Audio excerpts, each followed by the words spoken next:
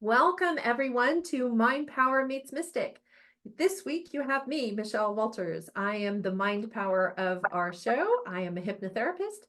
My co-host, Cynthia Varkevisser, has the day off.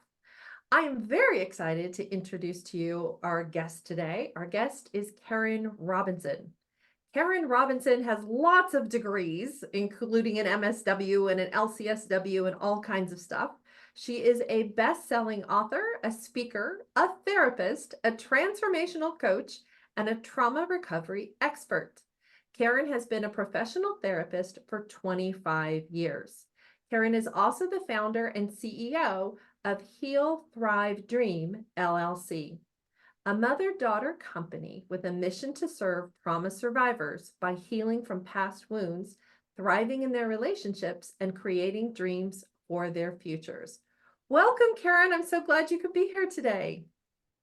Thank you so much, Michelle, for having me. So we wanted to talk with you a little bit about, about you in as yourself, as well as the work you do with others. But I'm curious, Karen, how did you get to be in this field of trauma recovery? Yeah, that's a really great question to start our time together for sure. I grew up in a home that was rather dysfunctional, and I am a survivor of complex trauma. There was domestic violence in my home, emotional, physical, sexual abuse. And so I just have a heart for people that have been through those hard times, and I want to show them hope. That's beautiful. Is that what inspired you to become a therapist? Yes, absolutely. When I was really little, I wanted to be a detective, but my parents left me home alone. I was in third grade, and a man tried to break into our trailer. He had stolen some high-powered rifles and knives, and that just set me straight. No more detective work. I will be a therapist now. Yeah, no, It but was I'm scary. wondering if there's a different approach to this, because as a therapist, you do act a little bit like a detective, sort of a detective of what is the past of someone, what's gone on with them, Lots of what assessing. yeah. Yeah, so Mhm. maybe this is a much more safe grown-up way of using some of Exactly. that same curiosity that made you think about detective work as a child. I love that spin. Thank you for that. What what what makes you feel good about serving as a therapist or as a trauma coach for someone? How does that come back to you? I love that so much because, as you can imagine, there are some really hard days. It's a lot to hold the pain of others, but that's just it. I hold it, I don't internalize it. And so it is so incredibly rewarding to offer someone a safe container where they can just simply be, where they can grieve, where they can share really hard, painful moments. And also, I really get a kick out of instilling hope to people and show them that with baby steps that they can truly heal. And that's what a beautiful gift that is to help people see that healing is possible. I'm totally with you. In my work as a hypnotherapist, a huge part of what I do with people is really help them to see that there is something on the other side, that they don't have to continue having the problem that's troubling them, that life is, better and can get better and better from that. And so I understand. I think we both thrive a little bit on that ability to share hope and positivity with others. Karen, do you want to tell us a story of maybe a client or a typical pseudo client that you've served and how you've helped that person to really go from a negative place to a much better place? Yeah, sure. I have lots of stories, as you can appreciate, but one particular story, let's call her Mary. Mary grew up in a home with lots of abuse as well. And she really believed that the treatment she received is what she deserved, because there was evidence, right? The next partner, then the next partner, they would either beat on her or call her horrible names. So it reinforced that belief. Well, good things happen to good people, bad things happen to bad people. Some bad stuff's happening to me, so I must be bad. And that's what kids will tend to do. And so what I challenged Mary on in a gentle way is like, our childhood beliefs can change. And there is evidence, lots of it, that hard things happen to good people all the time. And and people who do bad things, good things happen to them. There's really no rhyme or reason to that thinking. So let's let's try on the belief I deserve to be treated well. I am worthy. Let's pretend. So let's explore, what would your life look like if you really believed that? And so she would say all these things and her eyes would light up like, oh, I would do this, this, this, and this. Some beautiful creative things. And she said, I probably would get rid of Marcus. Oh, Marcus was the current boyfriend that's putting those thoughts in her, like, Marcus is not to blame for her thinking, but Marcus was continuing the verbal abuse. Okay. And so she was choosing to believe it. And so when I challenged her, she's like, I think I'd have to let go of Marcus. And it was like, so the end of this story with this client is she kicked Marcus to the curb and now has a healthy perspective on what she deserves in her relationships. oh, I think that's a great story. I think that's an absolutely wonderful story. And I can see that in your work, like in mine, a lot of times my job is to hold the space and to help someone get close and then let the words pop out of their mouth. That Mhm. is the big takeaway, the what needs to happen, because when truth comes from inside of you as opposed to someone else trying to show it to you, it's so much stronger. I'm glad Mary got things back in order again and was able to kick Marcus to the curb, because sometimes that's what you got to do. So I Yes. want to remind our listeners and viewers, because we're now also on YouTube, that they are here with Mind Power Meets Mystic. I'm Michelle Walters. I am the co-host. My other partner, Cynthia Barkevisser, has the day off. I am speaking with Karen Robinson, who is a therapist and trauma recovery expert. And we're having a great conversation about some of the work that Karen does. So, Karen, you've been in business for 25 years. That's a long time. How has your business evolved, and what kinds of work are you focusing on now in 2024? Interestingly enough, even though I've been a therapist for that amount of time, most of my career has been with the Department of Defense as a federal social worker.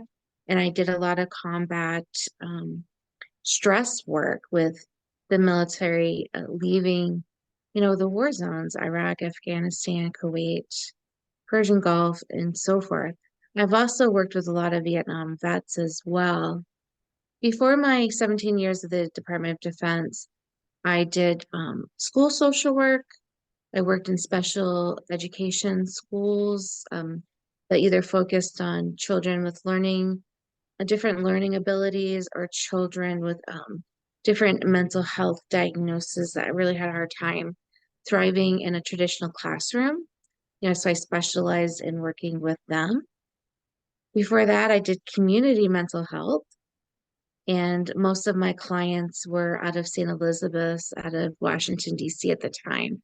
So I have a history of working with severe chronic mental health issues, as well as the, anxiety, depression, post-traumatic stress.